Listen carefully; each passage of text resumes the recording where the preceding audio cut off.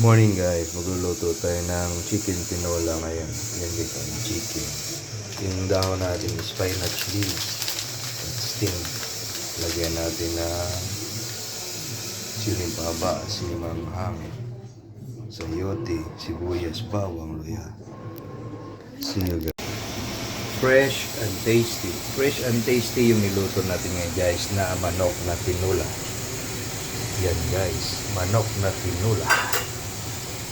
Masarap sa umaga to guys, sa katanghalian dahil maulan-ulan ngayon sa Macau. Nagluto tayo ng manok na tinola.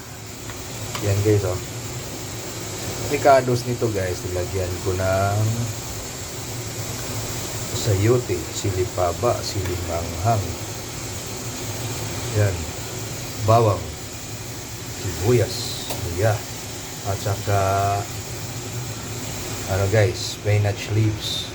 Kasi walang dahon ng sili guys, lagyan lang ko ng talbos ng spinach. Yan.